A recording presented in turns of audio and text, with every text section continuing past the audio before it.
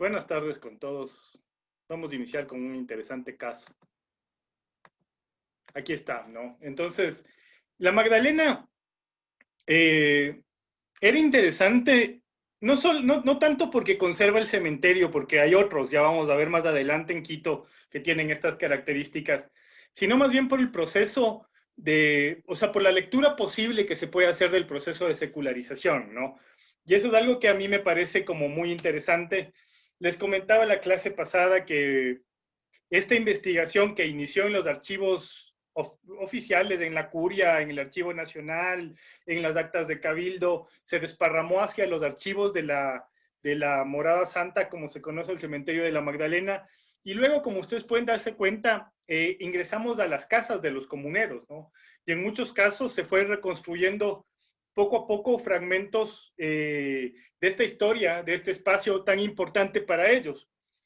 Las características que tiene son valiosas más que por las estructuras o por la ubicación del espacio, ¿no? Yo creo que en primer lugar por el proceso que se da para que ese espacio exista, y en segundo lugar por las prácticas rituales que se dan dentro de ese espacio, que le dan un valor para mí increíble. Aquí está, por ejemplo, una toma de la procesión de las almas que se hace el 1 de noviembre en la Magdalena, que en otras ocasiones, por ejemplo, cuando hablamos de la Virgen del Carmen también lo puse como ejemplo, ¿no? La Pau lo trajo también a colación de estas procesiones que van con un cuadro de la Virgen del Carmen. En el caso de la Magdalena, los comuneros llevan las antorchas, ¿no? Permítanme. Llevan las antorchas, hacen un recorrido por todo el barrio, en una suerte de un animero extendido, porque básicamente se supone que las almas cobijan. Y es una tradición, si se quiere, novedosa, ¿no? Porque no, porque ha sido rescatada, estaba prohibida en la época de los padres josefinos, pero ellos han creído que tienen que como recuperarse. Y eso es interesante, ¿no?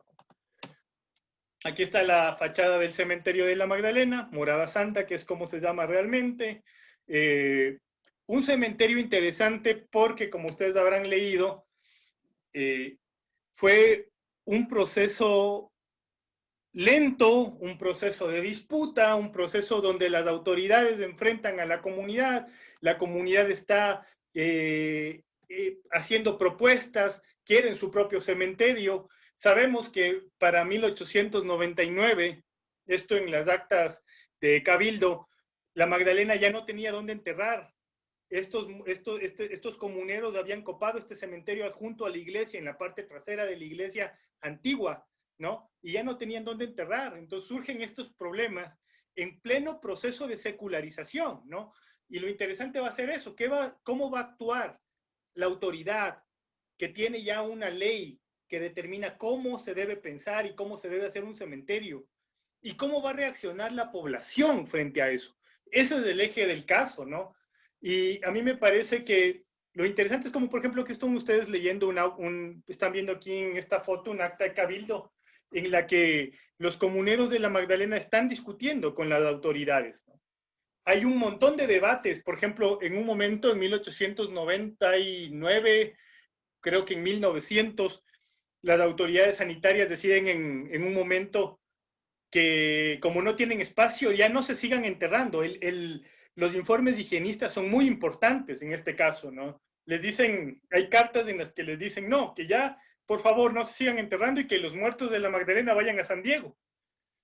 Los comuneros se ofenden, realmente mandan una serie de comunicados, no quieren irse, van a seguir enterrándose en este cementerio parroquial hasta que tengan el nuevo cementerio de ellos, ¿no? Hablan en ocasiones incluso de la cercanía que tienen con sus muertos. El día jueves que viene a exponer también Abel y Dani, va a ser interesante contraponer este caso a otros, porque por ejemplo cuando se funda la parroquia de Calderón, la parroquia civil de Calderón, primero en 1893 con el nombre de Santa Mariana de Jesús, y luego ya en 1911 como Calderón. Se pretende que las comunas de Calderón, todas estas comunas que bordean la parroquia, se vayan a enterrar al nuevo cementerio parroquial. Y uno de los argumentos que tienen los comuneros es no nos alejen de las cenizas de nuestros antepasados. No nos separen de las cenizas de nuestros antepasados. Y esto es interesante porque esta gente se había enterrado casi 300 años en Zámbisa, tan lejos, ¿no? Y muchas de las memorias y de los escritos que ellos conservan daban cuenta de estos enormes procesos de traslado de los muertos desde parroquias lejanas hasta Zámbisa, que en ocasiones acababan por ahí en el camino, y ellos tenían como noción de que de eso había pasado. Sin embargo, el cementerio les unía, ¿no? Entonces, una cosa interesante va a ser eso. Otra cosa importante de este caso es que, como les dije, tuve bastante tiempo, entonces ingresé a archivos familiares, a los archivos también de la comuna, y en esos archivos, claro, esta gente guarda sobre todo contratos, ¿no es cierto?, papeles que tienen que ver con legalización de tierras, y lo más importante de la Magdalena es que empiezan a finales de los años 60 y sobre todo en 1970 a la construcción de un proceso que yo les llamé autoetnográfico. Es decir, que la comuna empieza en ese momento, en 1970, a entrevistar a los más viejos, personas de principios de siglo, de finales del siglo XIX, que en ese momento estaban vivos y que todavía eran referentes de memoria, y eso guardan, ¿no? O sea, porque empiezan a preguntarles, ¿y quién dio la plata para el cementerio? ¿Quién dio la plata para ese camino? O sea, y tienen una suerte de entrevistas, ¿cierto? No están hechas por un antropólogo, sería, por eso es lo que les digo, un proceso de autoetnografía que se da en este momento, y esos documentos van a parar a la casa de ciertos líderes comunitarios. Esas son las características, ¿no? Aquí, por ejemplo, está la escritura del cementerio de la Magdalena, como ustedes pueden ver, tal como dice, ¿no? Está inscrita en 1906, a nombre del presbítero, ¿no es cierto? Del presbítero señor Pedro José, no me acuerdo el nombre del cura, es Avilés, ¿ya? Entonces, lo interesante es que la disputa de 1900 se va hasta 1904, los comuneros proponen 3 terrenos antes de que sea este cementerio, ¿no? Entonces, estos 3 terrenos van a estar ubicados más cerca de la iglesia y los 3 terrenos son descartados uno a uno por el médico higienista Manuel Gijón Bello. Las razones que esgrime son las que ya sabemos, ¿no? Que no es posible que un cementerio se construya muy cerca del poblado, que está muy cerca de las fuentes de agua, que los vientos soplan hacia el cementerio, que pronto, que este cementerio sí está afuera, pero que apenas en unos años ya la comunidad lo abrazará y otra vez se saturará. Hasta que en 1904 los comuneros proponen el sitio de Tarma, en esta lomita, como habrán leído ustedes en el documento, ¿no es cierto?, propiedad de la señora Juliana Carúa, como se lee aquí en el contrato, y a ella básicamente le compra la comunidad. La comunidad hace una minga, hacen una serie de recolectas. De esas colectas tenemos nosotros los papeles en los que los comuneros mandan a comprar el cementerio, pero miren cómo está funcionando la ley de secularización. En 1906, ¿no es cierto?, la autoridad dentro de la Magdalena, y esto es un poco de lo que hablábamos la otra clase, no es el Estado en sí, sino el sacerdote. Entonces, la plata que tienen los comuneros le dan al sacerdote para que compre, porque el erario no tiene fondos, nunca tiene. Entonces, quien debía comprar para la comunidad sería la Magdalena, ¿no es cierto? Para la comunidad de la Magdalena, pues su más caro representante, el señor sacerdote. Y como pago a la señora Juliana Carúa, además de quitarle el terreno, pues le daban a cambio un espacio dentro del cementerio. Ese espacio ya no existe, ¿no? Aquí les pongo fotos más nuevas, no tienen los comuneros fotos tan viejas, ¿no? De principios de siglo, nada. Las primeras son de los años 50, las más viejas que tienen. Recordemos que era una comuna bastante deprimida, ¿no? Los hombres dedicados a barrer las calles, las mujeres en los mercados de Quito vendiendo productos que sembraban, muchas también dedicadas a la curación del espanto, por ejemplo. De aquí provienen muchas de las antecesoras de las actuales vecinas del mercado de San Francisco. La Lore también está al tanto de esto. Esta gente se dedicaba a este tipo de cosas, una comunidad que no tenía muchos recursos, ¿no? Esto va básicamente digamos que a poner en debate esta disputa, ¿no? La comunidad, por un lado, que desea el espacio de inhumación, y las autoridades que quieren un espacio de inhumación para la comunidad sanitariamente correcto, pero que no pueden costear.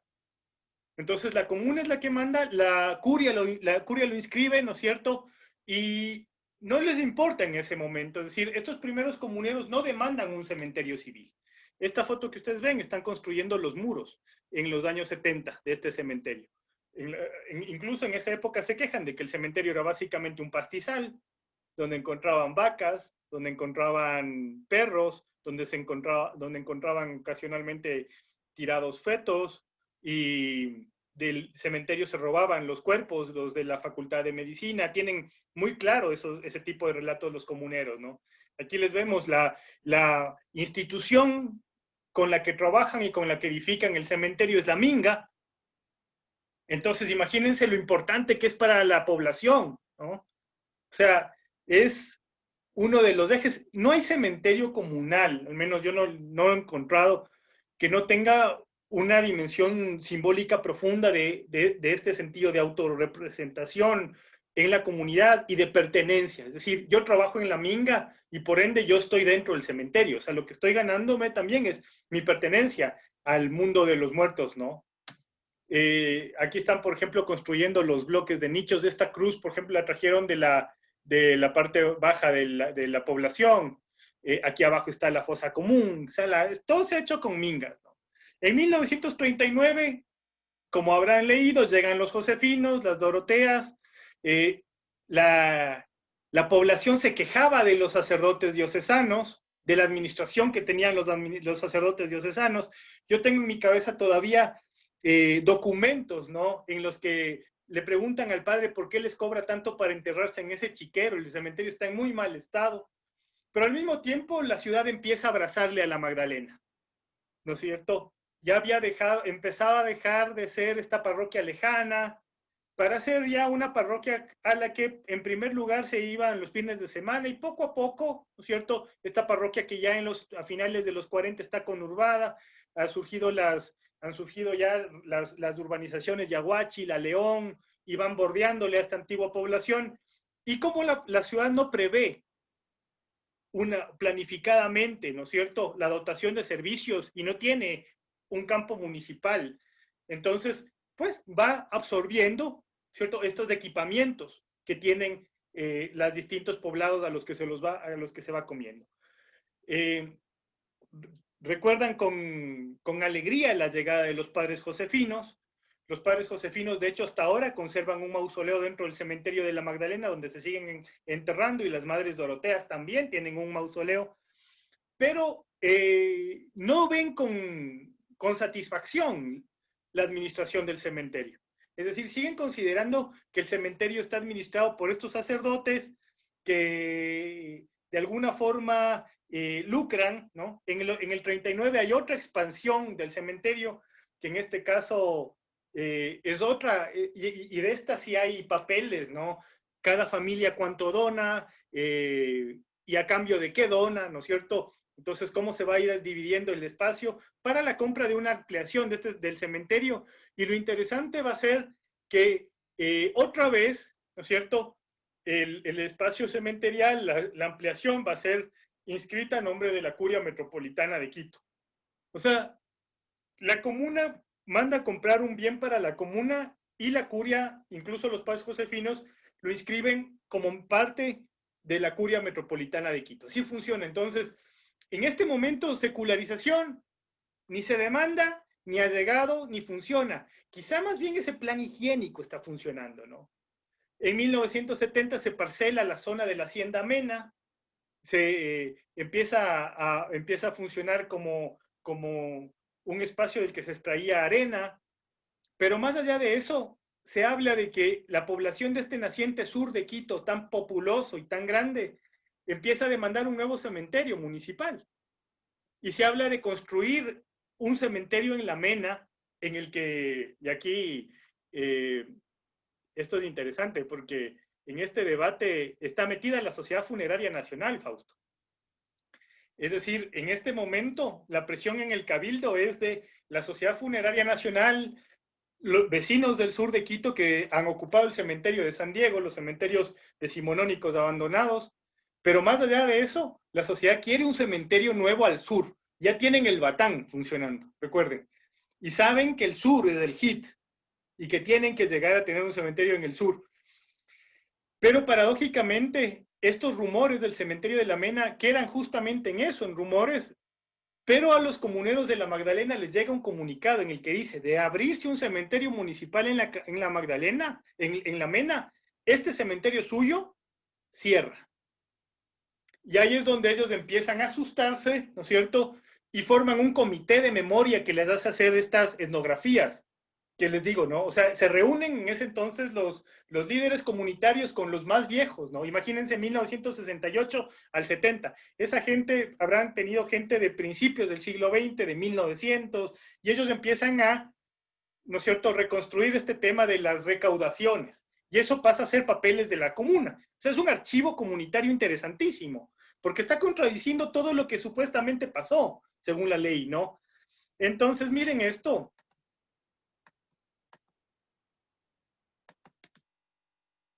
Llegan a la conclusión en los años 70 que el cementerio no es de la curia, sino de la comuna, que ellos lo habían pagado y que legalmente estaba haciendo, o sea, se apegan a lo que decía la ley de cementerios y que legalmente les correspondía porque era su cementerio. Y esto va a dar como resultado, ¿no es cierto?, una serie de artilugios, ¿no es cierto?, de recopilación de información que evidentemente no, para alguno que no esté metido en el campo funerario no serían muy importantes, pero que le sirven para que la comuna en el año 2000 concluya un juicio contra la Curia Metropolitana de Quito y le quita el cementerio a la Curia. Entonces, justo 100 años después de la ley de cementerios, esta comuna hace valer ese régimen, ¿no?, de propiedad y le quita a la Curia.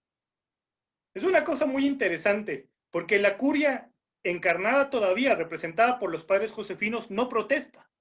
Lo único que les dice es, bueno, entonces si quieren ustedes mantener su cementerio, ténganlo, pero no mandamos padres a que den misa. Pero han pasado 100 años de 1900, ya no es la gente de 1900, ¿saben lo que dicen los comuneros? Entonces, hemos de traer a algún cura de otra iglesia, o incluso un pastor evangélico, si quiere. Y los josefinos ceden, aceptan el espacio del mausoleo de los padres josefinos y la comuna empieza a administrar el cementerio. Es ahora un cementerio comunal. Es decir, las ganancias, la asignación de los recursos, la gestión, los trabajadores, la junta, todo es comunal. Es la comuna de la Magdalena la que lo administra e incluso las nuevas ampliaciones, ¿no?, que han comprado, por ejemplo, disputándose con la Iglesia de Jesucristo de los Santos de los Últimos Días. La Iglesia comprendió en el año 2000 que no estaba en condiciones de negociar de la misma forma que había hecho en 1900. Y de hecho, una de las cosas que pasa en este cementerio, y es interesante, es que empieza este rescate de las tradiciones andinas que habían sido vetadas por los sacerdotes, sin que esto implique que dejen de ser católicos. Y esto es algo bien interesante, o sea, no implica, no tiene nada que ver que venga el Taita Cura a bendecir la misa, lo que sea, pero otra vez vuelven a comer en el cementerio, otra vez empiezan por ejemplo, surge una gastronomía ritual que de alguna forma había sido como prohibida y sacada, allá tiene que ver mucho con el librillo y con las papas y con otras cosas, ¿no? Y es interesante porque 100 años después es como que este tema funciona, ¿no? Y eso es lo, digamos que lo paradójico de este caso. Y es uno de tantos, ¿no?, que están en la ciudad. Aquí les pongo algunas fotos históricas, solamente para admirar, ¿no? Estas fotos son de los años 70. Los comuneros empiezan no solamente a dar forma a los espacios, sino a limitarlos, a construir las camineras. Ahora es un cementerio bastante bien equipado, ¿no? Miren, por ejemplo, aquí ya en estos son algunos de los procesos de exhumación que se hacen con trabajadores que están, o sea, que ya son parte fija del cementerio, a los que les paga la administración cementerial. No, ya no tiene nada aquí que ver la curia, más bien, de hecho, cuando fallece algún josefino o alguna madre Dorotea, y van a usar el espacio que les ha cedido la comuna, pues tienen que avisarles, ¿no? No se hacen problemas, pero lo interesante es eso. Hicieron una nueva ampliación. Aquí, por ejemplo, estoy con la junta directiva de la comuna de La Magdalena en una de sus reuniones habituales, ¿no? En las que, además de este proceso de memoria, estaban edificando, ¿no es cierto? Como ustedes pueden darse cuenta, el cementerio de La Magdalena intenta tener todo lo que tienen los otros cementerios. Ahí está don Rodolfo Guachamín, don Pillajo, este es mi pana, el que me hizo tomarme el trago de un muerto enterrado en los años 50, creo era. No, y todavía vive, así que bueno está esa memoria, ¿no? Pero una de las juntas se administra comunitariamente, ¿cierto? Son representantes de distintos barrios, son nombrados por la comuna. Y aquí vemos, por ejemplo, ya en finados. Leo, y una pregunta, cómo está administrado el cementerio? O sea, justo estabas mencionando lo de la junta directiva y demás, pero ya en lo que tiene que ver con el cementerio, ¿cómo está administrado? ¿A qué te refieres? En la parte de gestión, o sea, ¿quién se hace cargo de la comuna? ¿Quién está elegido, digamos, para la administración? El cementerio de la Completa. Magdalena es Ujú. parte de las autoridades, o sea, dentro de las elecciones de representantes comunales, ¿no es cierto? Se escoge también el director del cementerio. Esa persona está en directa relación con la administración de la comuna, ¿no? De las comunas, porque como les dije, no es una, ¿no? La Magdalena es como se le conoce a la parroquia a raíz de la definición más bien política, pero realmente son las comunas de Chilibulo, Tarma, La Raya, Machangarilla, por ahí. Pero lo interesante es eso, ¿no? Que cuando se escogen las autoridades de la comuna, se escoge el representante del cementerio. Entonces, generalmente están relacionados. Son también familias que tienen poder, ¿no? Don Guachamín, que está aquí en esta foto, es uno de los, ha sido presidente de la comuna y ha sido presidente del cementerio algunas veces, tiene experiencia en esto, pero no puede hacer las cosas solo. Como te digo, por ejemplo, esta reunión era para edificar el último bloque de nichos que está hacia atrás, hacia el sur del cementerio, ¿no? Que es uno enorme, grandísimo, que creo que era para 4,000 muertos.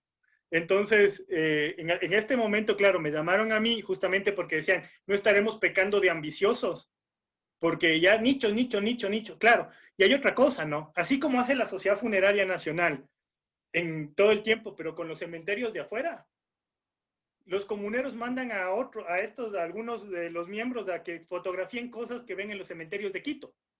Entonces ya tienen columbarios, por ejemplo. Alguna vez en los álbumes que tiene la junta directiva yo encontré fotos del Batán, del famoso pabellón 17.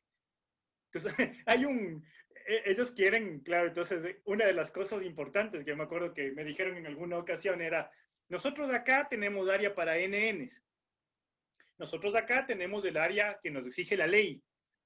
Entonces somos un cementerio como cualquier otro cementerio de Quito con la legalidad, conocen la ley, tienen reglamento de inhumaciones, ahora ya no, la antigua, hay cosas que por esta profesionalización, ¿no? También han perdido, como por ejemplo, la antigua, antes, por ejemplo, si tú participabas en la minga, tenías derecho al espacio en el cementerio. Esa figura ya ha quedado solamente para las familias tradicionales, pero ya, por ejemplo, si soy casado con la hija de, ya compro mi nicho, pero ya no tengo mi espacio. Eso todavía pasa en las comunas de Calderón. Por ejemplo, si vos participas en la minga, vas y todo, y esto ya hablaremos la próxima clase, pues tienes tu espacio. Lo interesante es esto, ¿no? O sea, cómo esta lectura que estábamos haciendo histórica se desparrama hasta el año 2000 con este eje, ¿no? Y en segundo lugar, lo importante que es el cementerio para la comunidad. Y entendamos que no es un cementerio menor, ¿no? Calculo que tendrá cerca de 30,000 difuntos dentro de la Magdalena, sobre todo todos los bordes son nichos, ¿no? De 2 y 3 niveles. O sea, son mucho, yo me acuerdo que alguna vez también le dije a Guachamín, yo le dije, vea, pero don Guachamín, no está respetando usted la separación entre finados, entre difuntos aquí en el cementerio. Y me dijo, bueno, pero cosas menores, ¿no? Ya estamos cada vez intentando hacerlo mejor. Y tienen, como te digo, las fotos del Batán, las fotos, o sea, ellos saben a dónde quieren. Ya tienen un espacio para para los columbarios, en fin. Déjenme ver si hay alguna otra foto de la Magdalena. Esta es la junta directiva. Esto se reúne cada jueves, ¿no? O sea, el que es presidente y el síndico trabajan ahí. El síndico no, pero él sí va, digamos, pero el señor, él trabaja en la oficina del cementerio. Digamos que él ya no sale, ¿no? Y entra doña María. Ella va a la oficina del cementerio. Aquí está la capilla ardiente, ¿no? El cementerio cuenta con capilla ardiente, cuenta con todo eso. O sea, digamos, en términos de funcionamiento administrativo ya funcionan como una organización sin fines de lucro. O sea, porque deben tener RUC, etcétera, digamos. Todo. Y organización también exactamente, una organización civil sin fines de lucro. Y el cementerio está a nombre de Comuna La Magdalena, ¿no? O sea, es interesante ese teje y maneje que se dio. Por ahí va, ¿alguien más quiere comentar de este caso? Es interesante, a mí hay muchos más, ¿no? Que conforme he ido investigando, pues salen, que nos demuestran que este pretendido proceso de secularización no fue tal. Franklin. Yo conocí ese cementerio a propósito del fallecimiento de un tío. Pues él era de aquí de Riobamba, vivía en Riobamba, pero se fue a Quito y se instaló en Chillogallo para que sus hijos pudieran tener la universidad. Y pues una de sus últimas voluntades fue que fuese enterrado en el cementerio de la Magdalena. Si me permiten, yo quisiera compartir unas fotos que tengo de su entierro para que tú hagas el comentario, porque vas a entender mejor que yo el contexto. Claro, Franklin, está lista para compartir ahorita. Ya. ¿Se ve ahí? Empezaste a compartir, ya mismo aparece.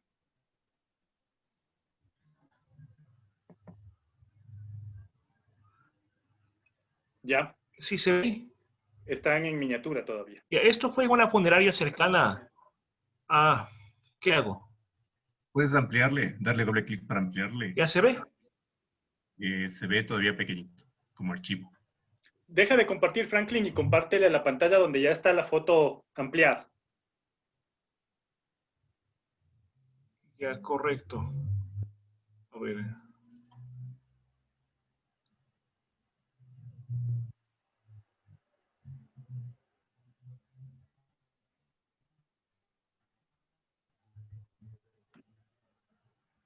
¿Estamos ahí? Verás, voy a detener tu compartición.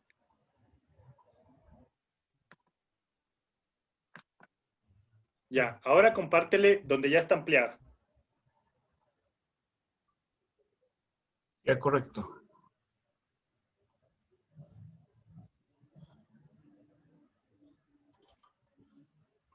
¿Listo? Ya mismo aparece. Ahí está. Ya, correcto. Esto fue una funeraria cercana a la Magdalena.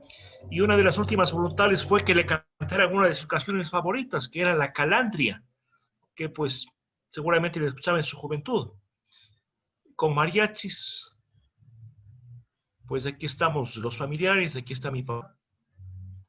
Aquí están los hijos. Ya despidiéndolos. Son poquitas, no son muchas. ¿No? El discurso de despedida. Ya salíamos ya rumbo al cementerio, que era relativas ventas que muy características del ramo del sector, ¿no? Me llamó la atención, para mí también era una experiencia novedosa, no conocía ese cementerio en Quito. Hasta cierto punto mi mirada fue la de un turista, pero con este tipo de intereses. Estamos ya llegando, son los familiares, los hijos.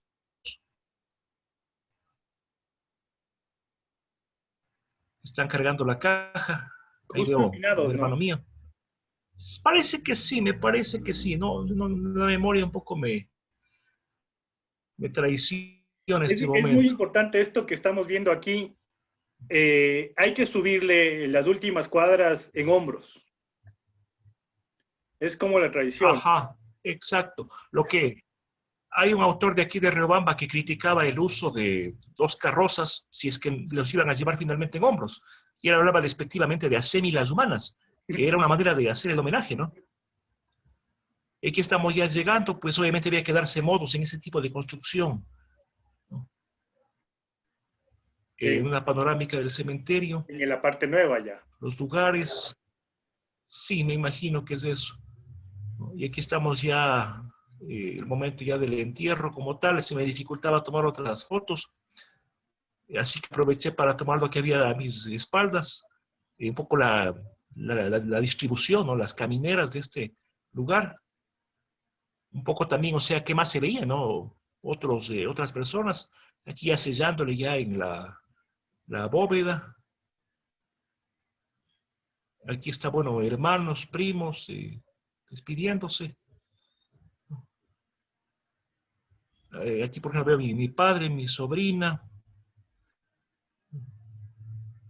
Aquí está mi padre, mi sobrina, mi cuñado, mi hermana.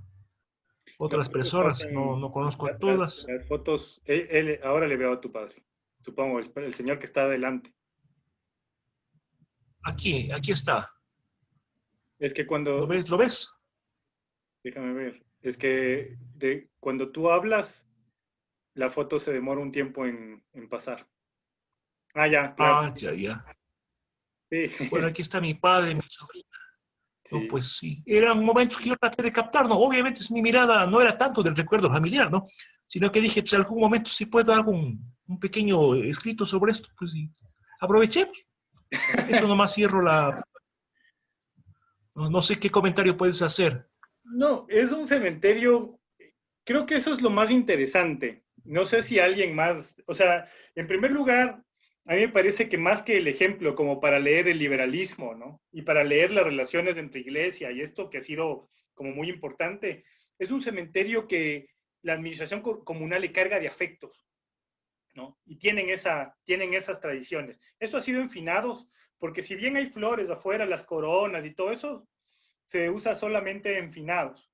Me sorprende a mí en ocasiones, a pesar de que cualquier persona puede enterrarse, yo en algún momento les pregunté, ¿cuánto tiempo van ustedes recibiendo a difuntos que no sean miembros de la comuna, ¿no?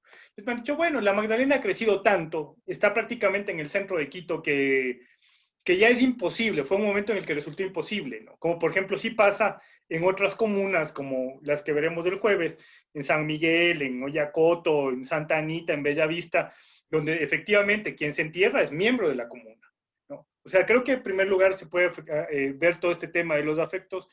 Hubiese sido interesante también ver cómo se compra, ¿no?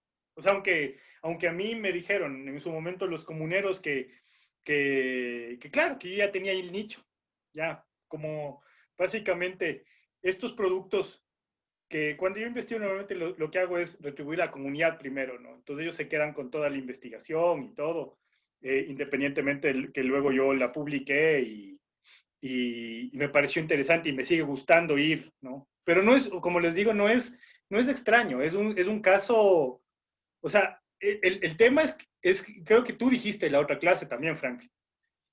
Los modelos, o sea, pretender decir, no, en el campo de la muerte, pasó esto y de ahí en adelante es así, eso es lo complicado, porque los modelos son muchos y muy complejos. Por ejemplo, en Chillogallo, el cementerio es de la curia y no lo pierde, no lo ha perdido, no está en discusión, es una curia muy fuerte y la comuna se ha ido desvaneciendo, no se ha conservado como en la Magdalena.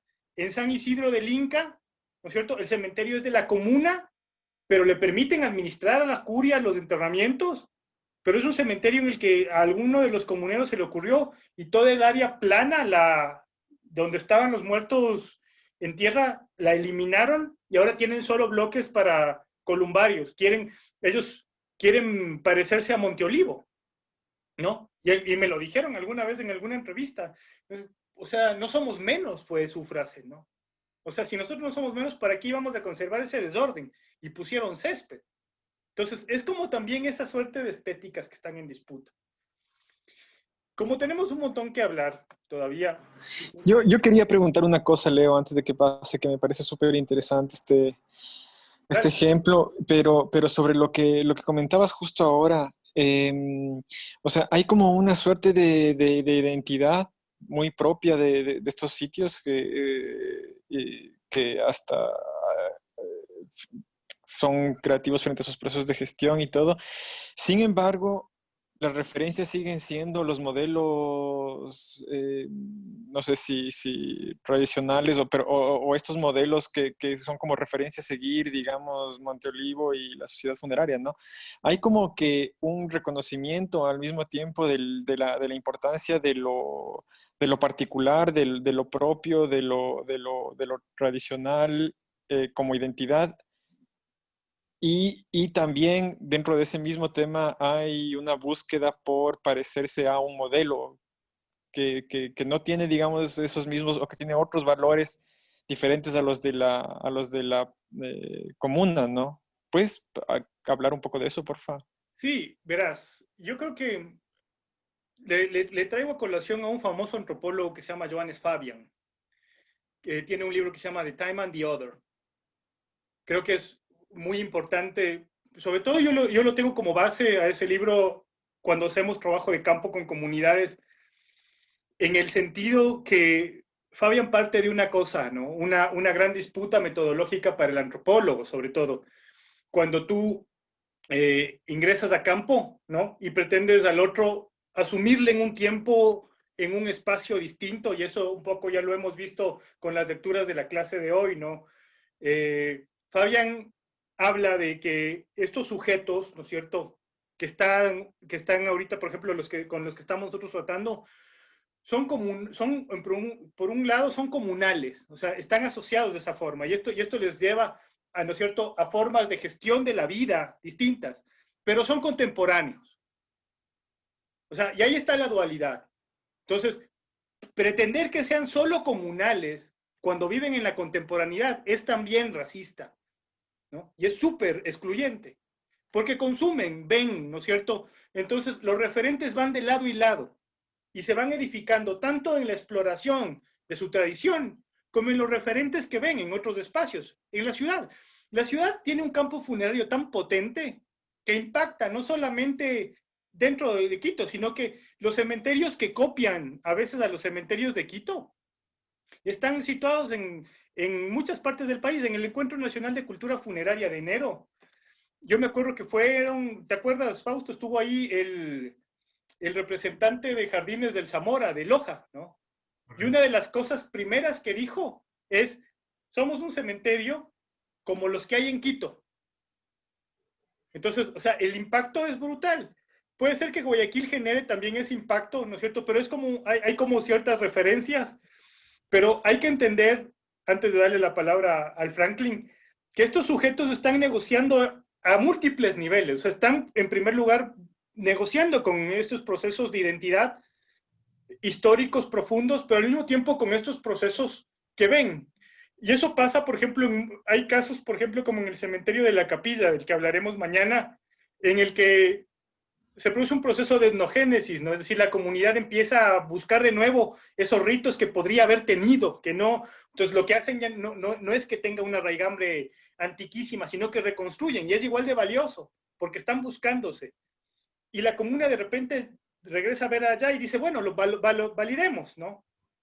Sin embargo, por ejemplo, puede que otra reaccione de manera diferente, como lo que pasa en San Isidro, que ya vamos a ver una foto más adelante, que te dice, no, ya no quiero parecerme a lo que tenía.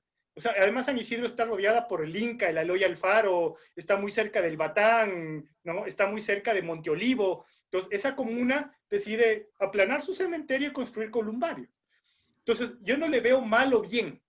Simplemente entiendo, ¿no es cierto?, como disputas válidas de un grupo poblacional que se piensa en el tiempo, ¿no es cierto?, se está reconociendo en el tiempo, pero que es vigente.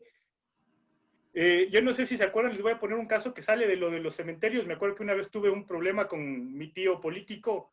Mi tío político es del Alfonso Ortiz Crespo, es tío de mi esposa.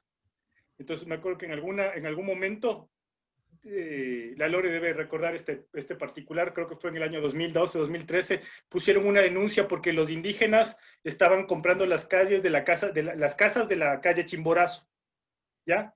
Y me acuerdo que nos llevaron un alegato para defender o no que las comunidades indígenas de Colta estén viviendo en la calle Chimborazo. Sí, a mí me parecía muy chévere, teníamos muy buena relación con ellos, pero claro, la defensa de esta gente que decía es que no saben vivir. en una casa patrimonial, ¿no? Y además que si ustedes se fijan, ya ni siquiera son indígenas porque no están vestidos con las vestimentas tradicionales y hasta hacen conciertos de hip hop en quichua. Eso era, o sea, no sé si le estamos leyendo en la brutalidad del argumento, pero era, yo quiero que sean indios, que se civilicen si vienen al centro histórico de Quito y que además no se quiten nunca su traje típico porque les atenta contra lo que yo concibo como indígena y que no consuman productos contemporáneos porque ellos están en el tiempo atrás.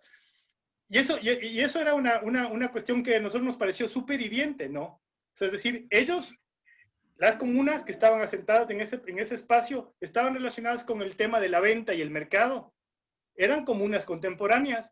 Y, por ejemplo, tú les veías que los fines de semana se ponían sus mejores galas con su vestimenta tradicional, pero cuando no querían, se ponían una gorra o lo que quisieran, ¿no? Sin que eso sea una afrenta ni para la comuna, ni para ellos. Y los jóvenes oían reggaetón, hip hop, lo que está de moda, ¿no? O sea, además de lo que podían escuchar lo suyo. Pero lo interesante era cómo yo me percibo, por ejemplo, como un sujeto contemporáneo, pero no el otro.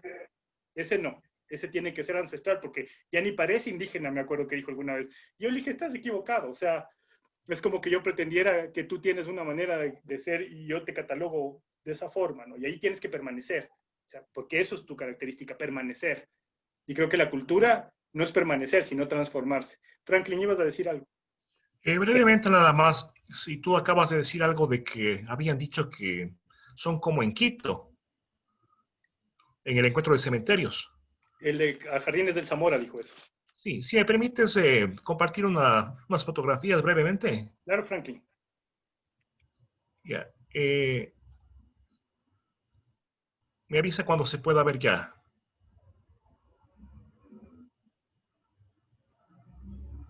¿Se puede ver? Todavía no. Ahí están. Ya. Una ladera. ¿Se ve ya la fotografía? Sí, una ladera con unas cruces. Ya, correcto. Esto es en Loja, en el cementerio de Loja, que tiene lugares muy diversos, como el común de los cementerios de la sierra, de una ciudad intermedia. ¿No? Pues esta es una zona de columbarios. ¿No? Bueno, esta es otra imagen. Y aquí dice el de retorno, servicio de cremación. Sí se ve el retorno, ¿no? Así es. Servicio de cremación. Visítenos en nuestras oficinas ubicadas a una cuadra del Cementerio General junto al Parque Lineal de la Tebaida y 2 números telefónicos. Aquí vemos ya pues el nuevo tipo de instalación, el nuevo tipo de servicio, que pues es como que muy estandarizado. En Riobamba hay una zona de nichos que se parece a esto, pero todas tienen una cruz y no deja de ser hasta cierto punto impositivo porque la cruz tiene unas connotaciones que no a todos les puede agradar. Pero bueno, aquí ves básicamente es escritura, no es otra cosa. Aquí no se ve bien este adhesivo, pero vamos a ver uno que está más clarito. Servicio de cremación. Y ustedes pueden leer. Como en las grandes ciudades del mundo, ¿no? Me llamó la atención este detalle, pero así es como lo ponían en venta. Y pues ahí está, ¿no? Y pues y por otras partes ambientes más bien muy modestos, muy irregulares, un poco más ordenados tal vez, Camposanto, Parques del Recuerdo me parece que es, no me acuerdo bien, Parque de los Recuerdos, sí, ¿no? Y vean, y por fuera también un poco rústico, ¿no? Así Los es. animales, así, como se ve. Bueno, espero que este apunte no sea inoportuno, nada más, gracias. No, al contrario, está bien. De hecho, este cementerio que te digo, ¿cómo era? Parques del Zamora, Jardines del Zamora. Es top. Ajá. Jardines de Zamora es un parque cementerio. Es O sea, una cosa, bueno, hasta tenían publicidad, nos llevaron esferográficos, o sea, ya unos, además, orgullosos miembros de Alpar y de todo, ¿no? Es decir, ya se entienden como campo. En fin, quería ir un paso más, ya como para entrar. Miren, esta foto es una de las que quería mostrarles, ¿no? De finales del siglo XIX, en el cementerio de San Diego, vemos funcionando áreas populares y también la distinción, ¿no? Contrario a lo que generalmente se ve en este momento, ¿no? Creo que las lecturas nos llevan a 3 distintos puntos.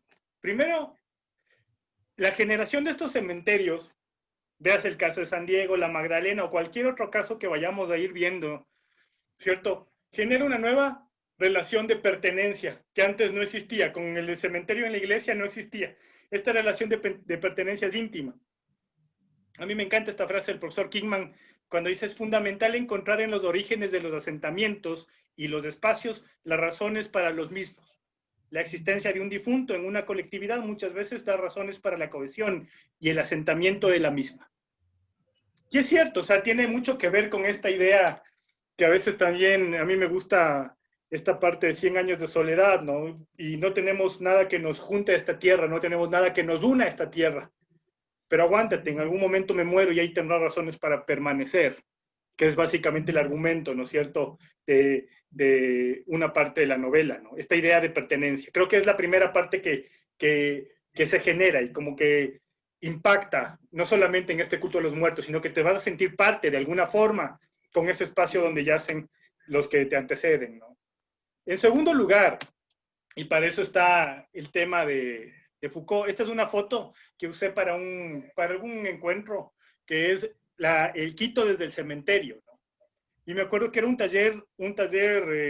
grupo focal que hicimos con los vecinos de San Diego, gente de La Colmena, de La Libertad, del Panecillo, de Aguarico, ¿no?, de la 24. Y me acuerdo que les llevamos al cementerio y estábamos subidos en el pabellón del padre Bruning, y se ve eso, ¿no? Y yo les decía alguna cosa como: de aquí se ve la ciudad, esa gente está enterrada acá, y ellos regresaron a ver ese norte tan... y aquí entra, paradójicamente también entra esta noción de los cronotopos que tiene Capello, ¿no? El norte rico, el sur pobre, que es esta cosa tan boba que sigue funcionando como un lugar común en la mentalidad de nuestra población, que es una tontería, ¿no? Sin embargo, ellos ven eso y dicen: no, esos de allá no están acá.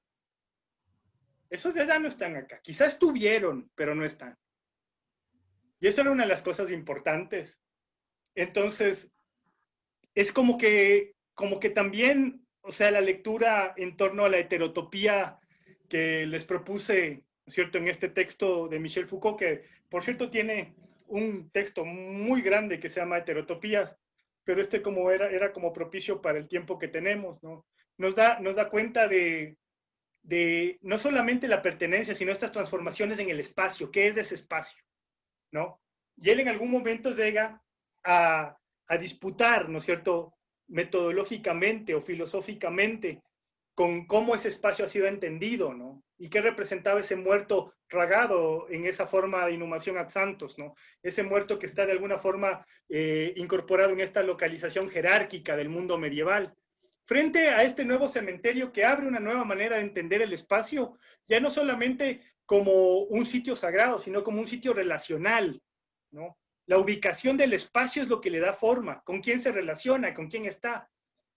Y a mí el caso de San Diego me parece absolutamente relevante, porque no, el espacio con el que se relaciona es el espacio que hace que el cementerio se convierta en lo que es actualmente, y que asimile las demandas que tiene, ¿no es cierto? Y que el cementerio además siga funcionando como ese espacio que es una rareza, porque el concepto de heterotopía es un espacio que transgrede, es un espacio carnavalesco, es un espacio extraño, ¿no es cierto? Ahí, en este otro documento que les menciono, ¿no?, él dice, para analizar qué es una heterotopía, ¿no?, este espacio que no es utópico porque existe, tiene una realidad, pero en el que inmediatamente traspasas la puerta, el orden se invierte, ¿no? Ese orden social, esa manera de entender el espacio se invierte, esa posibilidad que tiene el cementerio de hacer que cuando tú entras, la gente pues asume otra actitud, ¿no? Y cuando sale vuelve a vivir la ciudad. Pero hay una actitud dentro del cementerio y una actitud fuera. Foucault dice, es la misma experiencia que tienes cuando el niño, ¿no es cierto?, está jugando en la sala y se cubre con una sábana y piensa que está en una nave espacial. O sea, lo que puedes tú ver desde afuera es una sábana entre dos sillas, pero para el niño adentro hay un viaje espacial. En ese espacio están sucediendo cosas que no tienen que ver con la realidad, con la normalidad. Entonces, la segunda cosa es la relación que mantenemos con ese espacio y las características de ese espacio. Un espacio que a todas luces, y esto es muy importante, Esteban, para tu proyecto de investigación, es un espacio que a todas luces transgrede toda forma de interpretación del espacio que le rodea, por sus características, se convierte en una heterotopía, ¿no? En una ruptura, en una utopía real, si se quiere. ¿Ya? Entonces, ese es el cementerio. Y además, tiene esa otra propiedad, como dice Foucault, ¿no? Se atraganta de nosotros, porque ahí están nuestros antecesores. De alguna forma tiene esa posibilidad de equipararse con nosotros, ¿no? Entonces, también me pregunto yo cómo van a funcionar las heterotopías del futuro. Estos espacios funerarios cada vez menos evidentes, menos monumentales, más minimalistas, en fin, ¿no? Aquí es otra, miren, esto es interesante. Esto presenté ya en un estudio y creo que lo publicaron en República Dominicana. Y tenía que ver ¿se acuerdan la parte de atrás del cementerio, no? O sea, y cuando el municipio les pintó de colores para las casas para que desde lejos la pobreza de las laderas del Pichincha se viera como vistosa. Entonces, ese es el barrio del cementerio, ¿no? Entonces, para leerle con Capello, ¿no es cierto? Hay un espacio, hay un momento en estos cementerios nuevos en el que va a producir una ruptura, ¿no? Y esta ruptura no solamente es espacial, ni nos vincula a través de la presencia, sino que es una ruptura como forma. ¿Me están escuchando? Sí. Porque apareció el misterioso mensaje de mi internet inestable. ¿Estoy todavía? Sí, correcto. Ya. Entonces, Capello, cuando habla de este análisis del que trae a Bakhtin para leer la ciudad, ¿no? Él va a decir, hay formas de leer la ciudad que se estructuran, ¿no? Y que se convierten en esta suerte de hábitus, de formas de estructura estructurada en la cabeza de las personas, ¿no? La idea de la Quito hispánica, por ejemplo, ¿no? Que es a principios del siglo XX muy importante, o la mitad del mundo. Él en The City at the Center of the World tiene algunos ejemplos, y uno de ellos es San Diego. Y San Diego también se convierte en una suerte de heteroglosia, ¿no? Donde las voces están disputándose estos imaginarios. Y por eso es lo que justamente le había pedido al Franklin que haga un pequeño aporte en esta clase respecto a qué significa, ¿no es cierto?, los Durini, ¿no?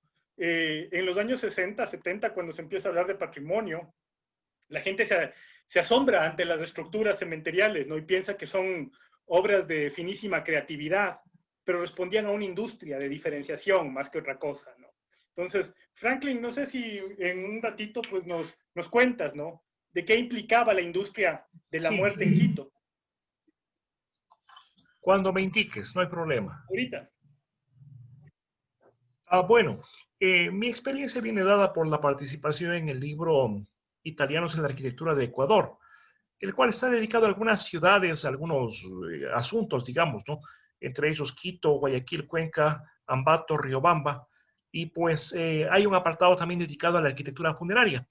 El libro, pues, si bien no es pequeño, tampoco es extenso como para entrar en detalle en cada uno de estos asuntos. De hecho, pues, lo que está allí de Riobamba es una pequeñísima parte de lo que hablamos en una clase anterior. En todo caso, solamente unos elementos para situar. Como ustedes saben, el cementerio de San Diego tiene sus orígenes a mediados del siglo XIX, cuando en junio 8 de 1851 se funda la Hermandad de Beneficencia Funeraria. Para 1868 se produce la compra de los terrenos y es allí donde intervienen personajes como Juan Pablo Sanz y Thomas Reed. Y en 1907 hay un elemento importante cuando esta hermandad se transforma en lo que llega a ser la Sociedad Funeraria Nacional. Aquí es cuando debemos entender cómo entre este lapso y los mediados del siglo, pues se produce también un cambio sensible en la forma de asumir, de ver al espacio como tal. Ya para 1930, cuando el sitio tiene sus años, digamos así, valga la expresión, ya está maduro, comienza a ser considerado como un espacio de memoria y parque del recuerdo. Supongo yo que es su mejor momento, sus años de esplendor o de moda. Y allí es donde tienen participación varios arquitectos extranjeros, tanto en obras digámoslo así, colectivas, por ejemplo, la iglesia, que es del el sacerdote Pedro Huberto Bruning, o en obras particulares de otra índole, ¿no? Ahí es donde intervienen arquitectos italianos como Paolo y Antonino Russo, y también los Durini. Pues, el más viejo de ellos es Lorenzo Durini, que tiene a sus hijos Pedro Durini y Francisco Durini, que heredan la profesión, la continúan, y según se ve, llegan a tener mucho anclaje en lo que es la provisión de arte monumental, arte arquitectónico y arte funerario. No sé si decirlo como una de sus subespecialidades, pero probablemente la que les generaba mayor trabajo y mayores requerimientos. En este contexto, en el cementerio de Santiago, cabe fijarse en la parte más antigua, donde que, pues, está la arquitectura funeraria, que es algo así como una especialidad en la primera mitad del siglo XX. Allí se ve una serie de ejes y una serie de familias que son las que determinan estos ejes. La participación, como dije, de artistas, de arquitectos y de empresas italianas. Pues quienes hemos tenido la oportunidad de recorrer cementerios como Chacarita, ¿cómo es? Chacarita, Recoleta, Presbítero Maestro, de Colombia, por ejemplo, inclusive de La Habana, Cristóbal Colón, hay bastante, digamos, pieza provista por fábricas italianas. Inclusive en Riobamba hay algún ángel que lo vi también en Buenos Aires, en Colombia. Entonces, seguro era una pieza de catálogo muy bonita, pero la verdad es que, pues, mientras aquí se piensa que es una pieza extraordinaria, patrimonial, no cabe duda que es valiosa por antigua, por bonita, pero es una pieza adocenada, sin que esto sea tenga connotación peyorativa este adjetivo. De todas maneras, esta presencia de este tipo de piezas da lugar a que se declare el patrimonio en la ciudad en el año 2002. Así pues comienzan a observarse algunos mausoleos destacados, ¿no? Donde que tienen participación los Durini, que por otra parte tienen participación en la, digámoslo así, pues en la monumentalidad de varias ciudades del Ecuador, sea en la columna de los héroes de Guayaquil, en la columna de la independencia de Quito, en la columna de Pedro Vicente Maldonado de Riobamba, y también involucrando a escultores, artistas ecuatorianos, que son formados en principio en Europa. Entre ellos hay que hablar con mucha atención de Carlos Alberto Meyer, puesto que él se formó en Italia y se quedó en Italia. Fue parte de un grupo de ecuatorianos que fueron becados, y él allá hizo su vida y se asentó. Y allí, pues, desde allí es que él provee de los monumentos o de piezas de los monumentos, por ejemplo, de Pedro Vicente Maldonado, en este caso, pues, los genios de las artes y las ciencias, de Vicente León en La Tacunga, de Abdón Calderón en Cuenca, en Ambato, pues, de Juan Montalvo del Parque Central. En el caso de los Durini, hay que entender que la agencia de ellos escribe en un periodo en el cual está en boga la arquitectura historicista y ecléctica, que comenzó a tener su auge desde tiempos de Gabriel García Moreno, la arquitectura de tipo internacional. Y así es donde que se involucran artistas italianos, por ejemplo, Luigi Casadillo, Carlo Olivero, León Camarero, y otros ecuatorianos como Manuel Rueda, Antonio Salgado, y a quien me referí, Carlos Meyer, que tiene una obra interesante en varias ciudades. De hecho, hace unos años, ¿qué será? Pues unos 10 años, quizá se editó aquí en Riobamba una revista, no es un libro en rigor, es una revista, pero que recoge buena parte de la presencia de Meyer, que pues allí hay arte funerario, en algún momento podemos compartir elementos que puedan ser de interés. Los Durini especialmente destaca en este caso Francisco, porque es quien más descolla en el siglo XX.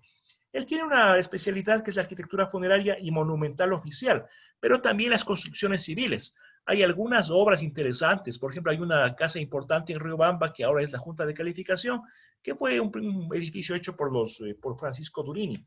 Ellos tienen su importancia porque introducen innovaciones técnicas, es decir, pues lo que en ese tiempo se consideraba moderno, el uso del cemento, las estructuras de hierro, las pinturas, las instalaciones sanitarias y eléctricas, pero también cabe, digamos, ver algo interesante, que ellos formaron a trabajadores ecuatorianos para que deje de ser imprescindible importar las obras de artesanía artística.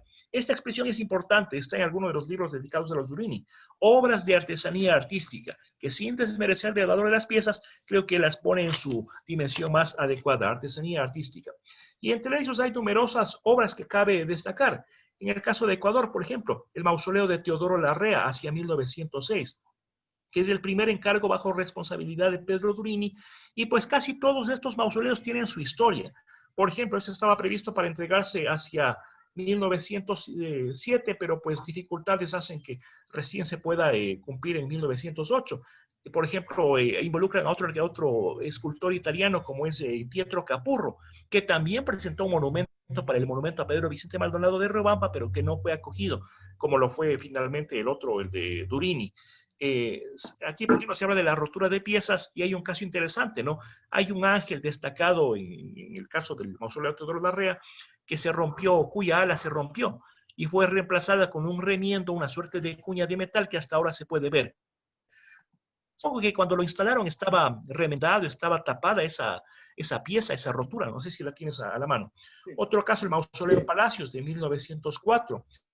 Todavía está en acción Leonardo Durini e involucra a Diático Froli, otro artista para que produzca esta pieza. Se entrega en 1906 como retraso y él dice pues que en San Diego nada es seguro, como que ya había temor porque efectivamente llegaron a robarse piezas de bronce. En el caso de Ambato también tienen participación. Ahí producen el mausoleo Albornoz, donde que pues están enterrados a una familia destacada y fue terminado en 1906. En el caso de Bahía de Caracas existió el mausoleo de los padres de Leonidas Plaza, pero fue lamentablemente removido. Este es el que me refería, el mausoleo de Teodoro Larrea, que pues, fue traído desde Europa, pero como ven la cruz como que es un poco fea, y esto obedece a que parte de sus brazos se rompieron y hubo que dejarla así. Las alas, pues no la ala que se ve, sino la ala que está cubierta tiene una rotura y allí hay una cuña de metal que fue lo que permitió que los pedazos estuvieran juntos. En el otro caso que es destacado, pues que hace unos ratos lo aludía a Leonardo, es el mausoleo de Gonzalo Córdoba, que fue inaugurado el 12 de noviembre de 1930, cuando ya pues está en auge estas décadas de esplendor. La estatua fue hecha por Pietro Capurro y el diseño corresponde a Francisco Durini. Hay otro caso, el mausoleo Avilés de Guayaquil. En el caso del Panteón de Ambato, también pues hay una participación importante, ¿no? Cuando es alcalde Jorge Sevilla y también trata de entregar un espacio destacado para esta ciudad. En el caso de Durini, él entrega no solamente ya una pieza como tal, sino los planos del cementerio de Ambato en 1908 y en 1900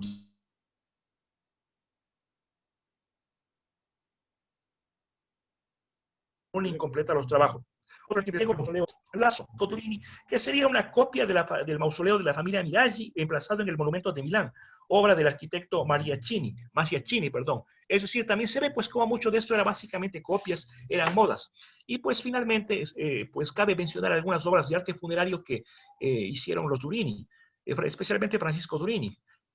Tuvieron mucha vinculación con Centroamérica y es admirable para ese tiempo la logística que deben haber empleado, ¿no? Seguramente recurrían mucho a los telegramas, después ya al teléfono cuando era posible, pero estaban en comunicación para poder cubrir esta demanda y moverse entre ciudades. Ahora eso es de lo más sencillo, pero entonces seguramente pues ellos tenían muchas facilidades al respecto, tanto para transporte como para comunicaciones. En El Salvador se advierten los cementerios de los mausoleos de la familia Regalado, familia Sáez de González en Costa Rica, familia Villafranca, Erazo, Soto Quirós también en Costa Rica. En Perú, el mausoleo Luisa Parodi, otras obras en Presbítero Maestro. En México, San Luis Potosí. En Guatemala, Venancio Barrios, familia Bolaños. Otros mausoleos del Salvador, Peralta, Divana, Sáenz de Tejada, Trigueros, Asturias, Aguilar. Los que mencioné de Quito, de Albornoz, Mercado, Córdoba, Avilés y Mantilla Ortega. Es decir, pues como que había también una propensión de las familias a destacarse, a lucirse, teniendo una pieza que sea provista por el caso de Durini. Solamente como un dato quiero citarles que cuando él es contratado para realizar el Parque Maldonado de Riobamba, hacia 1909 se compromete a entregar en un plazo razonable de unos 2 o 3 años el monumento, pero la guerra mundial dificulta que esto pueda tener lugar. Y pues hay juicios de por medio, hay amenazas, hay juicios vienen, juicios van, y recién el monumento se inaugura en 1927. Lo que me llama la atención es que así como hubo este proceso de mandar los bultos por barco, que llegaban hasta Guayaquil, hasta Durán, y eran desplazados en tren, o en el caso de mulas, en el caso de la columna de Maldonado, había este temor de que eso no se iba a entregar al parecer nunca. Y hay una amenaza para enjuiciarle a Durini y para meterlo preso. Pero piden una consulta a varios abogados de Riobamba y dan su parecer. Uno de ellos, un abogado Velas, era como que muy ilustrado, muy al tanto de lo que pasaba en Europa. Y dice, no, pues Durini está en tal ciudad. Al norte tenemos las minas de Bardiglio y las minas de Carrara. Si se desplaza a ese sitio desde Austria o desde Verona, pues va a tener tal interrupción. Y tenía muy claro por qué no era una medida inteligente capturarle a Durini, porque eso solamente iba a retrasar la entrega. Efectivamente, no se los llega a meter preso y se logra por fin que en 1927, en junio, se inaugure el Monumento a Maldonado. Esta es una obra, digamos, pública, pero véanse cuántas llegaban en cajas, no solamente las piezas, sino las instrucciones para y un conjunto de herramientas, un conjunto de elementos de pulimento y de temporada que esto pudiera ser emplazado, especialmente para que dejaran de requerir a Europa y estos elementos pudieran ser fabricados en Ecuador. Muchas gracias, Franklin. Creo que se congeló.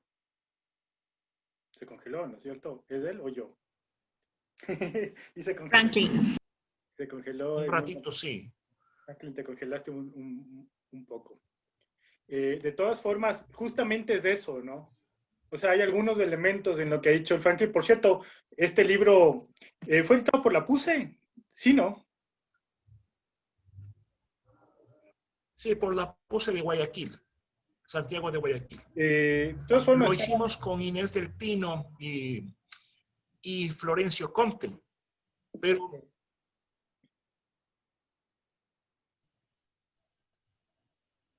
me parece que Franklin está teniendo problemas con el internet, pero de todas formas es un libro que sí estaba disponible en nuestro centro de publicaciones. Si alguien quiere echarle un ojo, es interesante, muy interesante. Pero si le hacemos la lectura, ¿no es cierto?, desde Capello, o sea, y creo que el Franklin hace un aporte, ¿no? No estamos desmereciendo la calidad que tenía una pieza, pero respondían a otra necesidad que no necesariamente, o hagamos este paralelismo con la película de Lima, ¿no? O sea, respondían a necesidades de esa época, asentadas en procesos de profunda necesidad de identificación y de distinción. Las familias, o sea, es interesante los estudios, por ejemplo, de catálogos de cementerios que está haciendo Eduardo Montemuño en Uruguay, que nos muestran, hace una suerte de seguimiento de dónde están estas esculturas, ¿no? Y por ejemplo, en la pieza de la señora Angulo de Freire, que es un ángel muy bonito, ¿no? Pues hemos visto esa misma pieza en Uruguay, en Argentina, en El Salvador, lo que no quita que sea una pieza bonita y que sea representativa, pero básicamente respondía a un gusto y a una serie de catálogos, ¿no es cierto?, que circulaban en la época y que de lo que se trataba era en ocasiones, ¿no es cierto?, que de vender esos espacios aquí en Guayaquil, en Panamá, en Bogotá, entonces vamos a encontrar similitudes. De hecho, hace poco en la red iberoamericana surgió un caso particular, ¿no?, de un ángel en el cementerio de Honda, me parece que está con las alas hacia abajo. O sea, las alas estarían en posición inversa, ¿no? Y, no sé, los compañeros semiólogos más encumbrados empezaron a decir que quizás representaba la cercanía al cielo, bla, bla, bla, bla, bla. Y cuando ya se trabajó, básicamente fue un error de instalación, nada más, ¿no? Hay ese tipo de problemas y tienen mucho que ver con esta idea de cómo también en el cementerio se representa esa ciudad. Quisiera continuar para finalizar, porque es importante esto. Ay, no está, disculpen. Donde el Franklin se quedó, ¿no? Y hay una parte importante. Estábamos en este cementerio que nos está sirviendo para leer esta idea de Capello. Lean mucho el texto de Capello y ojalá puedan leer City at the Center of the World, que es muy impresionante ese libro, ¿no es cierto? Esto es básicamente lo que ya hemos un poco trabajado, ¿no? Desde mediados del siglo XIX se conforman las hermandades, se adquiere el terreno para San Diego, funciona, hay una crisis entre la hermandad franciscana, la dominica, se separan de la orden dominica, la ley de cementerios y el Estado liberal les afecta, 1907 de hermanos a socios, y en 1910 ya son el centro del campo funerario quiteño. Estamos acá, ¿no? 1930 a 1960, ¿no es cierto? Yo le llamo esto de unos muertos salen y otros entran. Miren esta foto interesante, ¿no? De la capilla de Bruning, en la que no está rodeada para nada de los campitos delimitados que vemos ahora con las lápidas homogéneas, sino que vemos un amplio sector o una pampa popular, ¿no? Que ha desaparecido ahora. ¿De qué año es la foto, Leo? Esta foto es de finales de los años 30. O sea, la capilla está inaugurada, pero no está recién inaugurada, pero no son todavía de la década de los 40. Esta fue una de las pocas fotos que encontramos en el archivo de los 30 del cementerio al interior, ¿no? Y lo que están pensando en este momento es ya, de alguna forma, adecentar esta parte popular. Y ahí es donde viene esa reflexión que les había hecho, ¿no? Si es ese espejo, ¿no es cierto? El cementerio, pero es un espejo que ha sido cambiado muchas veces en ciertas áreas, otras no, han permanecido intactas. Básicamente, miren, la parte roja, ¿cierto? Sería cómo funcionaba, dónde estaban concentrados los muertos de Quito hasta principios del siglo XX, ¿no es cierto? Tenemos dos procesos de crecimiento, ¿no es cierto? Desde 1930 en adelante, este proceso longitudinal, que en menos de un siglo va a desbordar la ciudad algunas veces, ¿no es cierto? Y se va a ir comiendo todo. Y luego este proceso en verde, que es el proceso que estamos viviendo hoy en día, que hace que la forma de la ciudad ya no sea longitudinal. Aquí está el Pichincha, evidentemente que sí es una frontera natural, pero que ahora es un gran cuadrado, ¿no? Es un gran cuadrado donde todo esto es básicamente la ciudad. Y aquí ya empiezo a hablar de campo funerario, que es algo que está trabajando el Fausto, ¿no? Que es a partir de este momento, estas personas que están gestionando la muerte van una y otra vez adivinando el crecimiento urbano y adelantándose a los planificadores, ¿no? Entonces, donde yo veo, por ejemplo, en estos grandes círculos son zonas culturales, donde hay cementerios que todavía no han sido conurbados, pero estos cementerios que están dentro de las zonas del Valle de Cumbayá, la Ruta Escondida, el Valle de los Chillos, y toda la zona sur y norte de Quito, ya son cementerios que pueden ser trabajados como cementerios conurbados, ¿no? A partir de esta década, o sea, el crecimiento de esta ciudad que no tiene campo funerario municipal va a ir lográndose mediante la absorción de estos espacios funerarios chicos, ¿no es cierto?, comunitarios, de la curia, de antiguas parroquias, pero sobre todo estos espacios diferenciados, si se quiere, ¿no? Entonces, desde 1941 tenemos una distinción, como ya sabemos, las personas que han trabajado esto históricamente, el Plan Jones, Odriozola, lo que propugna es una ciudad norte residencial y una ciudad sur industrial, obrera, ¿no? Lo que se plasma también en la generación de la calidad del servicio. Y al mismo tiempo, hacia el sur justamente se conurbarán estas parroquias, hacia el norte, además de las parroquias, se construirán nuevos cementerios con espacios novedosos para la población desde mediados del siglo XX. Surgirá el concepto de cripta moderna. Entonces, el cementerio de San Diego, el cementerio decimonónico como tal, va quedando fuera de moda, ¿no? Ese cementerio paulatinamente va a irse ocupando por nuevos residentes que llegan a poblar nuevamente el centro histórico desde otras partes del país. Esto hay que leerlo muchísimo en relación con el boom petrolero, con los procesos de reforma agraria, ¿no es cierto? Y con las dinámicas económicas que caracterizan al país. Pero hacia el norte las parroquias surgen con estos elementos, ¿no? Esta es la cripta de Santa Teresita, por ejemplo. Van a darse cuenta que son bastante similares. Y la gente que se desplaza de estos espacios va a intentar hacerlo con sus muertos, ¿no? Entonces aquí están las criptas del Perpetuo Socorro. Ya todas son criptas colapsadas. O sea, fue un momento, un boom, ¿cierto? Un boom de estatus también, de familias de estos nacientes en entornos que se están formando, pero al mismo tiempo, miren, aquí están las criptas de la Dolorosa del San Gabriel.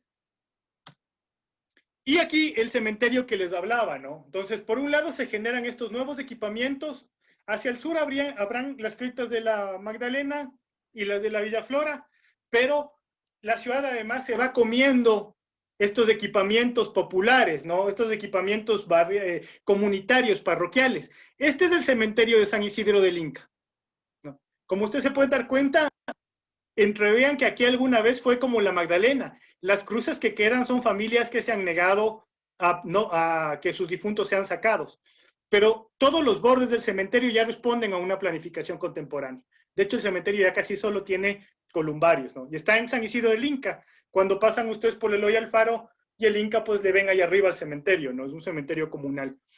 Este es Chillogallo, ¿no? También otro espacio lejano, pero que ahora ya pues es parte de la trama, otrora lejano, ahora ya parte de la trama urbana centro del sur de Quito, de hecho. Por ejemplo, y es esta otra cosa, ¿no? Los mismos cementerios, ¿se acuerdan que había esta distinción, ¿no? Los cementerios santos que iban a acoger a los curas en el mejor de los casos y a las autoridades, todo. También las comunidades se van separando, como por ejemplo aquí les pongo solo un caso de algunos que hay, por ejemplo el cementerio de las Madres de la Providencia, que está en la colina, en el sector del Machángara, ¿no? Entonces es un cementerio bonito, poco conocido, pero que también ya rompe con esa estructura, ¿no? Y aquí vemos el mismo proceso, ¿no es cierto? El deterioro del cementerio desde finales de los 30 hasta los años 70, cuando se empiezan otra vez a virar, a verle, pero más por el tema patrimonial que otra cosa, ¿no es cierto? Y aquí algunas fotografías, les llamo tuburización y abandono, la relación que tiene el cementerio con el espacio es conflictiva, ¿no es cierto? Estas fotos ya dan cuenta de un proceso posterior, son fotos de los 50, ¿no? La edificación del muro perimetral, de ese enorme muro perimetral, que como se habló en una clase pasada, se va a convertir en una frontera simbólica entre el cementerio y el barrio. Ya no va a haber cómo entrar, se va a convertir en un entramado, ¿no? El cementerio, al romper sus relaciones con el barrio, también es de alguna manera generador del proceso de tuburización del entorno, ¿no? Y aquí vemos este patrón de pequeñas tumbitas, ¿no? Y ya de nichos de este periodo. Y aquí estamos, por ejemplo, en 1967, ya le vemos al cementerio con el barrio que consolida. O sea, tanto desde el Panecillo como desde la Colmena, la Libertad, el cementerio ya está rodeado de barrio. Ya, y aquí vemos la Recoleta de San Diego, el cementerio privado, ¿no? Donde está la familia Gómez de la Torre, Salazar, Saldumbides, ahí están algunos de los antepasados míos también, y el cementerio de San Diego ya funcionando, todavía le vemos aquí con reservas en este momento, ¿no? Del otro lado, la foto ya le vimos desde el panecillo, aquí estamos desde el otro lado, ¿no? Donde ya vemos que efectivamente, miren el sur de Quito, ya se ha regado, los 70s del sur de Quito ya está básicamente reclamando servicios, y es esta parte o sea, y el cementerio básicamente en este momento está recibiendo a toda la gente que ha venido al centro histórico migrando de todo el país, y a la gente del sur de Quito, ¿no? Que reclama equipamientos y que no tiene los que se están formando en el norte, ¿no? Aquí ya vemos fotos de los 70s y 80s, donde ya es básicamente bastante parecido a lo que conocemos ahora. La decisión del cementerio, que termina con la edificación. Miren cómo lucía antes de que se construya el cementerio, el bloque de nichos que está funcionando. Entonces, en un principio se separa el cementerio en dos. Aquí en esta parte habían también mausoleos y tumbas de importancia. Esas tumbas fueron destruidas. Nadie hablaba en ese momento de que fueran o no importantes, simplemente fueron expropiadas por el municipio. A cambio de esto les dio no el cementerio del sur, que era lo que reclamaba la sociedad funeraria, sino las funerarias de la Villaflor y Cotocollao. Esto puede dar fe el Fausto, y posteriormente lo que van a hacer es eliminar esta área del cementerio y construir el bloque de nichos contemporáneo, ¿no?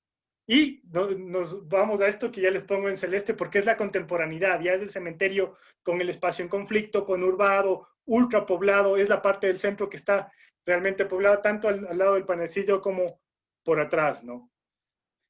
Y nos conduce a esta siguiente lectura, ¿no? Que es ahí donde vamos a quedar. Y es que en 1971 la sociedad funeraria cambiaba, pero llega Parques del Recuerdo, y con Parques del Recuerdo llega no solamente la idea de parque, jardín, cementerio, ¿no? Un cementerio donde ya no haya tanta escultura tenebrosa, ni áreas históricas, sino un cementerio plano, chato, con todas las tumbas iguales, muy parecido al modelo norteamericano. Pero además es la primera vez que este gestor funerario no es una empresa dedicada a la muerte, sino es un inmobiliario, Coimber S.A., ¿no? Entonces ellos llegan desde Colombia y tienen un plano, y ese plano se va a copiar una y otra vez, cuantas veces sea necesario, ¿no? Entonces, en 1971 abren el de Quito, luego abrirán en Manta, en Ambato, el de Calderón, todos con el mismo plano, ¿no? O sea, tienen un plano y venden departamentos para muertos. Esta gente ya le hace que la sociedad funeraria pues ingrese a este gran campo del mundo de los muertos, se tejen redes locales e internacionales, va a surgir ALPAR, la Asociación Latinoamericana de Parques, ¿cómo se llama, Fausto? De parques... ¿De parques cementerios? cementerios. Ya voy a revisar. Hay una locura más, ¿no? O sea, cada vez más, por ejemplo, van a integrarse a redes europeas y norteamericanas, ¿no? Ya no solamente, y esas redes ya son justamente para hablar no de la, ¿se acuerdan cuando hablábamos de la Sociedad Funeraria Nacional? Yo les decía, tienen metido el discurso de dignidad, pero creen en él.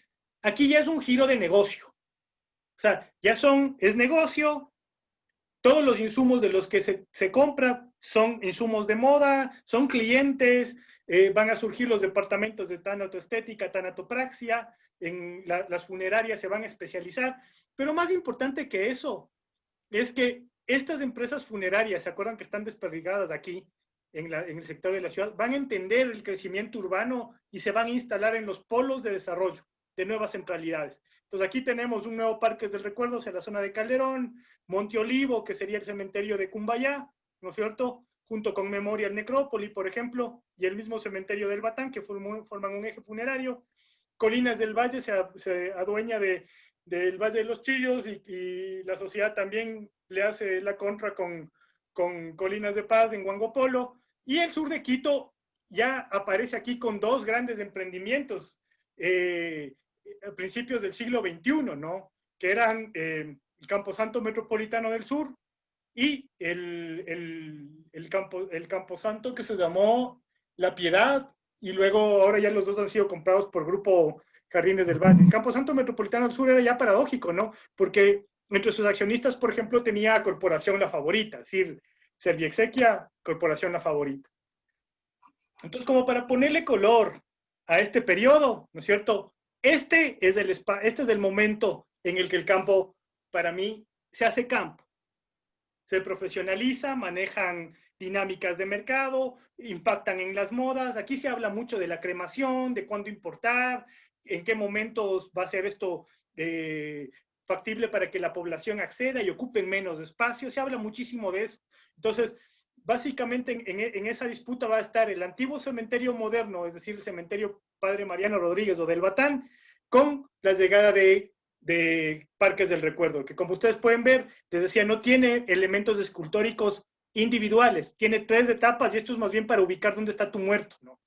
El Buen Pastor, que el no sé qué, que el no sé cuánto, entonces ya sabes, mi muerto está en el área del Buen Pastor, tal cosa, ¿no? Pero igual este giro de negocio de Parques del Recuerdo ya es un giro viejo, porque vendían a perpetuidad. Al mismo tiempo hay el tema de la conurbación, ¿no? O sea, la ciudad se traga estos pequeños equipamientos y luego quiere de alguna forma regularlos. Aquí vemos la Magdalena, pero por ejemplo este es el caso más aterrador para mí, que es el cementerio de Pomaski, ¿no? Ya no hay espacio alguno en el cementerio y vemos en el cementerio de Pomaski pabellones de nichos de 10 niveles hacia arriba y 7 para abajo. O sea, si suma uno en total puedes encontrar pabellones de nichos de 17 pisos. O sea, cuando la ley permite 4, ¿no? Entonces, para que vean cómo se regula esto. Y es gracioso porque Pomaski, desde su cementerio, ya está conurbada. Es una de las parroquias que ha perdido tierra frente a las nuevas urbanizaciones. Entonces, los parroquianos deben enterrarse hacia arriba, ¿no? Y eso es.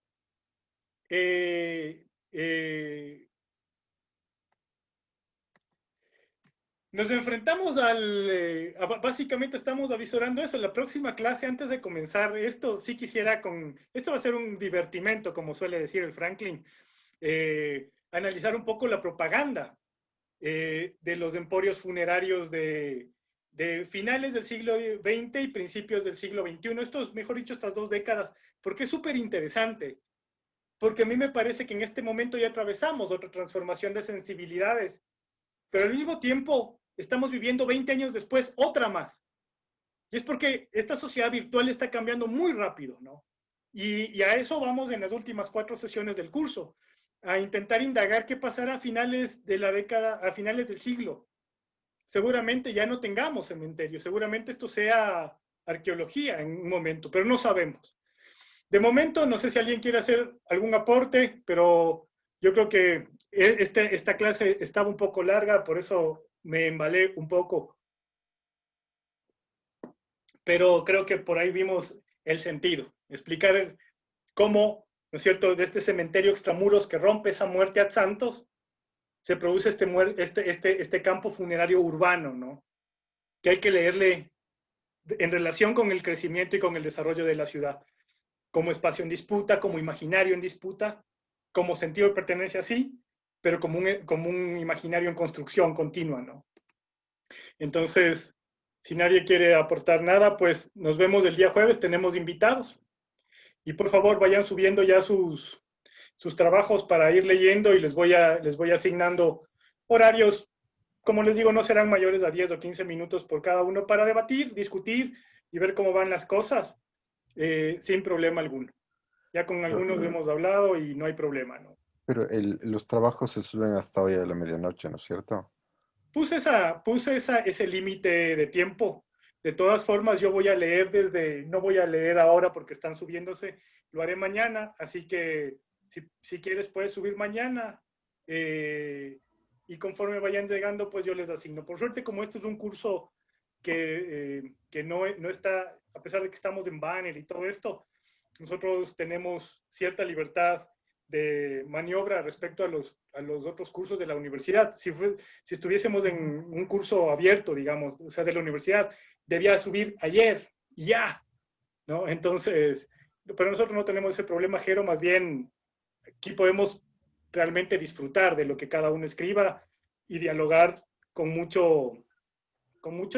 empatía, y no va a haber problema. El curso no tiene un afán de dejar a nadie, sino de divertirnos todos. Sí, pero, o sea, referencialmente, ¿hasta qué horas mañana? Ingrésalo mañana, no hay problema, yo empezaré a leer mañana. Ya, gracias, Leo. O sea, digo, por el condicionamiento que uno tiene y porque el fin de semana estuve a full con temas aparte, entonces. Entonces verás, Jero, ingresa mañana hasta las 6 para motivarte con una fecha límite. Ya, gracias, Leo. No, ingresen mañana. ¿Qué es lo que les iba a decir? Sin más, queridos amigos, ya siendo las 6 de la tarde, pues les envío un abrazo grande y nos vemos el día jueves con invitados. Ya, gracias, Leo. Hasta luego. Chao, Leo, gracias. Chao. Chao con todos.